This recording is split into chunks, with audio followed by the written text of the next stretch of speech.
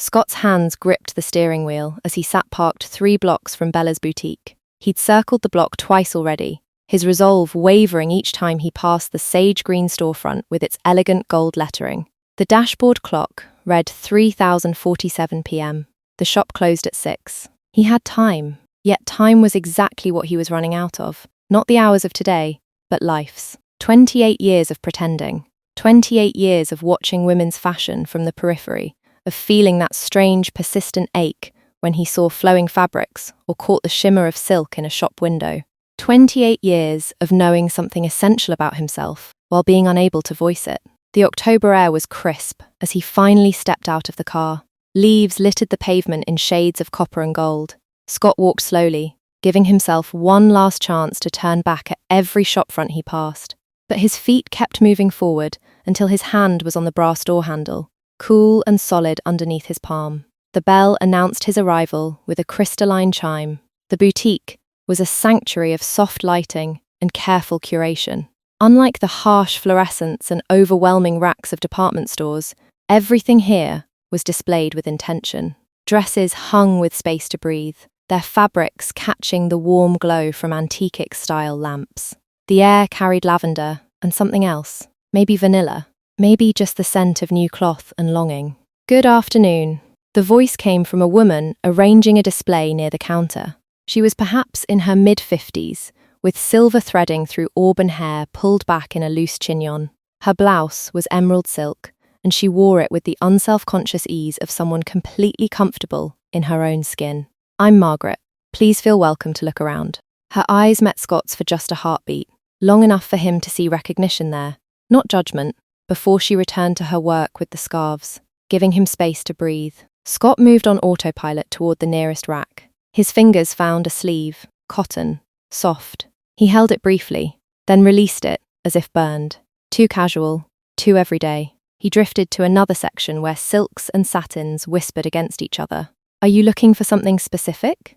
Margaret appeared at a respectful distance, her tone conversational. "A gift, perhaps? Or something for yourself?" The moment stretched in silence. Scott could lie. It would be so easy to say it was for a sister, a girlfriend, anyone but himself. But he was so tired of lying. "For myself," he said, barely audible. I don't know where to begin."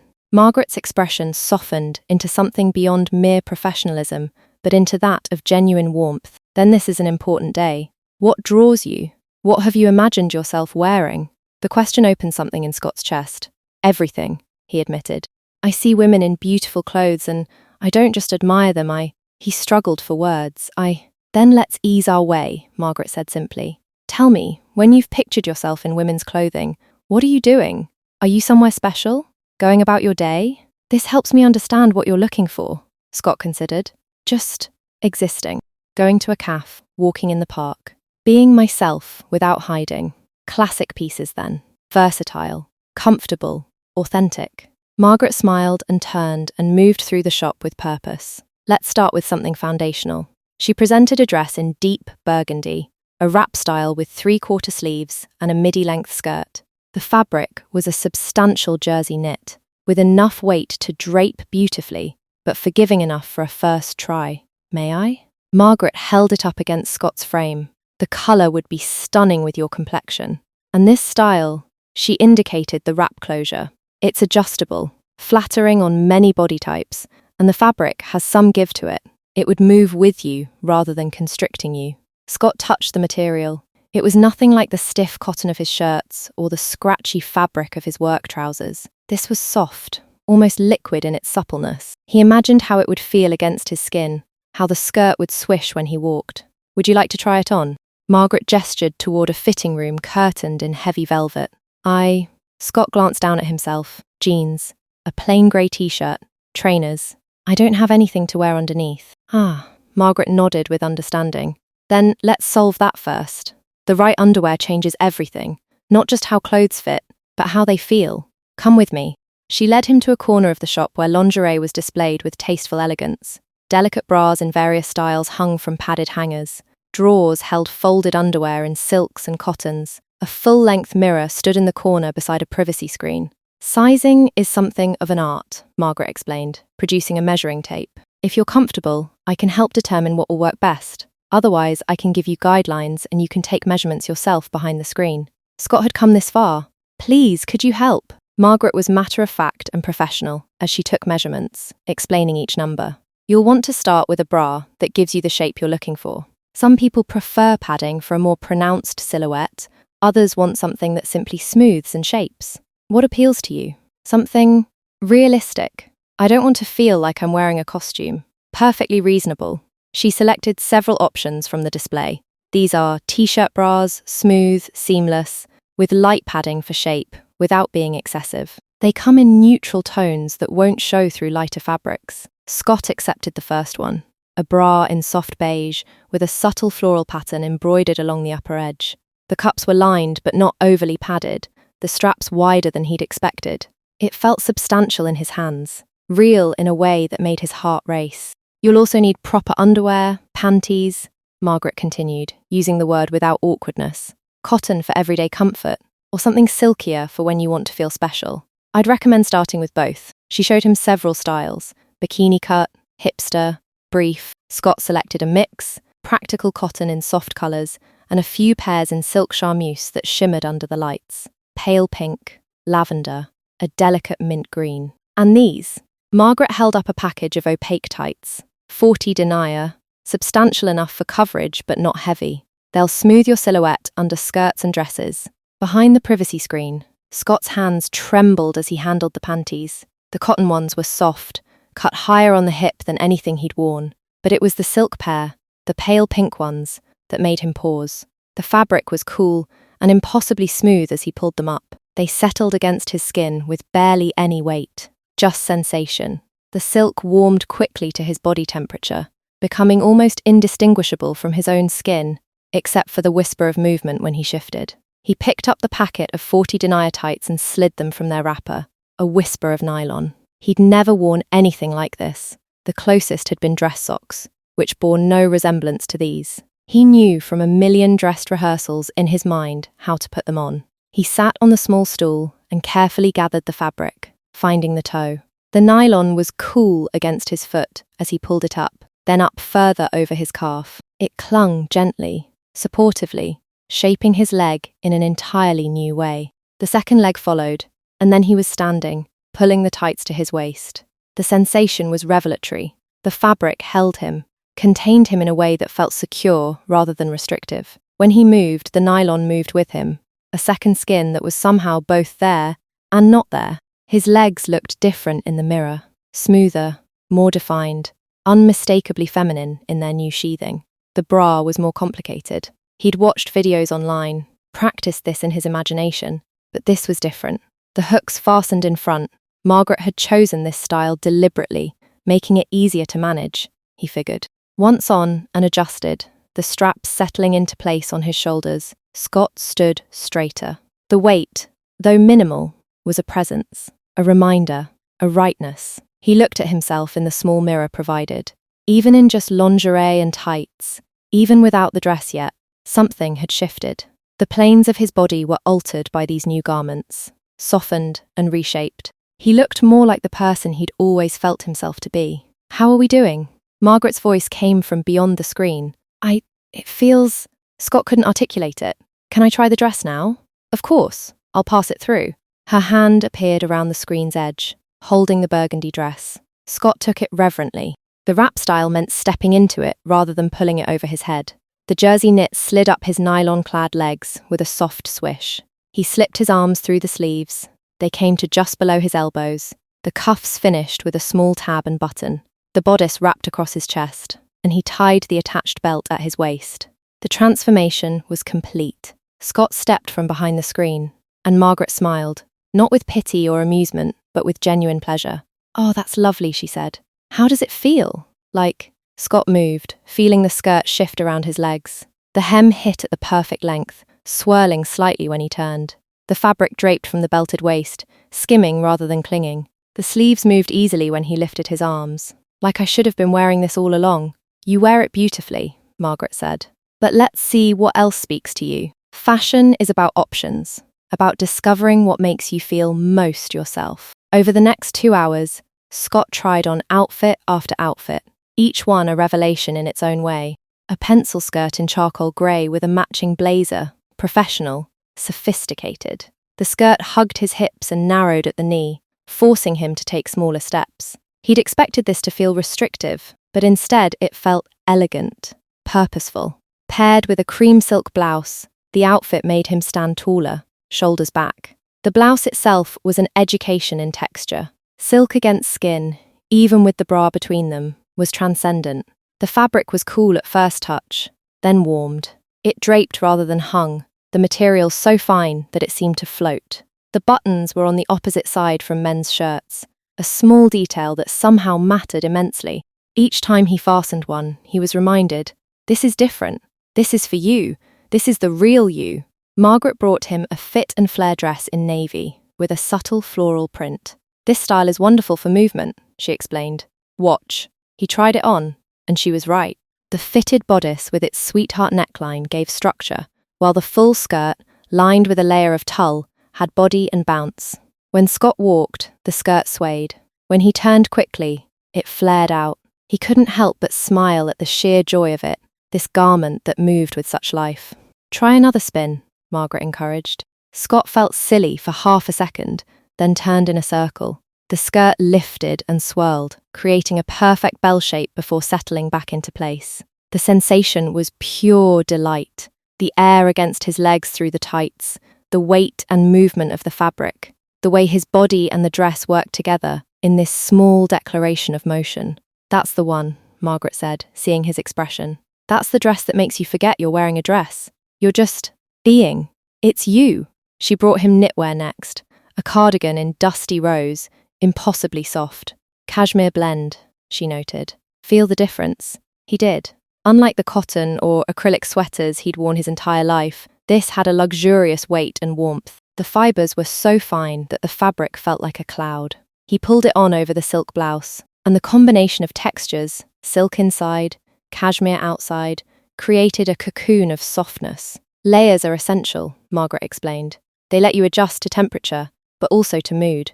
Some days you want the armour of a structured blazer. Other days you want the comfort of a soft cardigan. Both are valid. Both are you. An A-line midi dress in forest green caught Scott's eye. The fabric was a cotton sateen, with enough structure to hold its shape, but soft enough to be comfortable. The neckline was a simple crew neck, the sleeves long and fitted with small buttons at the cuffs. When he put it on at Margaret's insistence, he felt put together without trying. The kind of dress that would work for almost any occasion. Versatility is valuable, Margaret said approvingly. You could dress this up with heels and jewellery, or down with flat shoes and a simple necklace. It's a workhorse piece, but it was more than practical. The colour made his skin glow. The length was perfect, modest, but feminine. The cotton sateen had a subtle sheen that caught the light when he moved. He ran his hands down the sides, feeling the way the fabric followed his shape without being tight, how the dress ended mid-calf, how the sleeves came precisely to his wrists. Margaret brought out blouses in various styles. A pussy bow blouse in ivory that tied at the neck in a soft, floppy bow. A button-down in striped cotton, blue and white, with French cuffs that would require cufflinks. A shell top in champagne-coloured satin, with a keyhole back fastening that would layer under jackets or cardigans. Each one taught him something new. The pussy bow created a focal point at his neck, drawing the eye upward. The striped shirt felt crisp and confident, menswear inspired but unmistakably feminine in its cut and proportions. The shell top was all about the way light played across the surface of the satin, how the fabric poured over his torso like liquid metal. Trousers, Margaret announced, pulling several pairs. Women's pants are cut differently, higher waist, different hip allowance, varying leg widths. Let's find what works for you. He tried cigarette pants in black, slim through the leg with a slight taper to the ankle. They sat high on his waist, changing his proportions entirely. Paired with the silk blouse and heels Margaret offered, they created a sleek silhouette that was both professional and undeniably feminine. Wide-leg trousers in camel were next. These were a revelation. Flowing from the hip down, they moved like a skirt when he walked, but provided a security. The waist sat at his natural waist rather than his hips, and the fabric, a linen blend, had beautiful drape. And because we can't forget the foundation, Margaret said, producing a slip. This goes under dresses for smoothness, but also, she smiled, it just feels wonderful. The slip was simple, pale blush, made of a silk nylon blend, thin straps, a V-neck, falling to mid-thigh. Scott held it up, admiring how the light passed through the fabric in a soft glow. In the dressing room, he removed the green dress he was wearing and stood in just his bra, panties, and tights. The slip whispered over his head, sliding down his body like water. It was even lighter than the silk panties, a ghost of fabric that somehow made him feel more dressed than many of the heavier garments he'd worn in his life. He put the green dress back on over the slip. The difference was subtle, but significant. The dress moved more freely, the slip creating a frictionless layer between his skin and the outer fabric. When he walked, everything flowed together. Margaret had also brought out hosiery beyond the basic tights. Sheer pantyhose in nude tones, barely their nylon that would provide coverage without weight. Patterned tights, a delicate lace texture in black, polka dots in navy and cream. Thigh-high stockings in black that would require a garter belt. Stockings are an acquired taste, Margaret noted. Some find them impractical, others love them for special occasions. The suspender belt, she showed him the garment, straps and clips, looking delicate and complicated in equal measure. It's fiddly at first, but there's something undeniably luxurious feminine about it. Scott tried them later, in the privacy of the fitting room. The stockings themselves were silky smooth, rolling up his legs and ending mid-thigh. The garter belt sat at his waist, and he fumbled with the clips before finally attaching them to the stocking tops. 2 in front, 2 in back. When he stood, the sensation was entirely different from tights. The stockings moved independently, and the slight tug of the garter straps was a constant, subtle reminder of what he wore. It felt adult, sophisticated, intentionally feminine in a way that made his pulse quicken. He layered the navy dress with the floral print over this ensemble. The full skirt hid the stockings completely, but he knew they were there.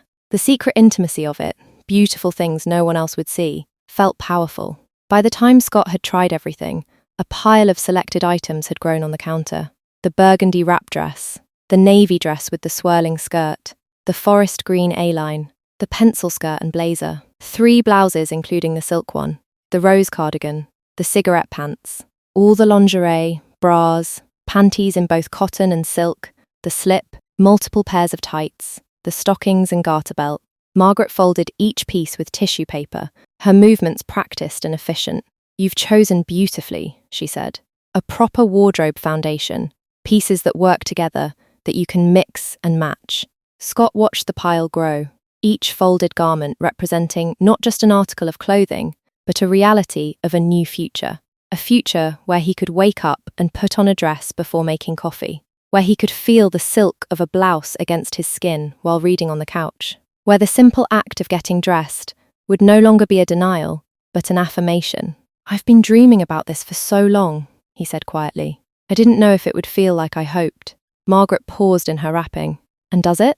Scott thought about the weight of the bra straps on his shoulders, the whisper of nylon against his legs, the way the wrap dress had swirled when he moved, the impossibly soft cashmere, the cool slip of silk, the joy of the flaring skirt, the elegant restriction of the pencil skirt, the rightness of seeing himself in the mirror and recognizing the person looking back. "It feels like I've been walking around in shoes that don't fit my entire life," he said, "and I just now realized that I can take them off." Margaret smiled, genuine and warm. "That's exactly what this should feel like. You're not becoming someone new, Scott. You're finally wearing clothes that match who you've always been." She finished wrapping the last item, the stockings and garter belt, in their delicate packaging. "I hope you'll come back. There's so much more to explore when you're ready. Jewellery, scarves, different styles and silhouettes. This is just the beginning." As Margaret ran the transaction, Scott felt a flutter of anxiety mixed with exhilaration. This was real. He was really doing this. The bags, elegant matte handles, the boutique's logo in gold, would go in his car, then into his apartment, then into his closet where they belonged. Scott's throat tightened. "Thank you. For everything. For making this possible? Achievable? What it should have always been." Margaret came around the counter. "You don't need to thank me for treating you kindly, but you're welcome all the same." She squeezed his shoulder gently. "Go be yourself, Scott. The world needs more people who have the courage to be themselves." Outside, the October sun had dipped below the buildings, leaving the street in a golden glow of streetlights. Scott loaded his bags carefully into the back seat, making sure nothing would wrinkle or crush. Before starting the car, he sat with his hands on the steering wheel, feeling the phantom sensation of silk against skin, of nylon sheathing his legs, of fabric that moved with life and purpose. He thought about going home, about trying on each piece again, in the privacy of his apartment, about learning which outfits made him feel confident, which ones brought joy, which ones felt like armor, and which like comfort, about the gradual accumulation of a wardrobe that reflected his authentic self. He started the car and pulled into the street, already planning his next visit to Bella's boutique, already imagining Margaret's smile when he walked in wearing the burgundy dress she'd helped him choose.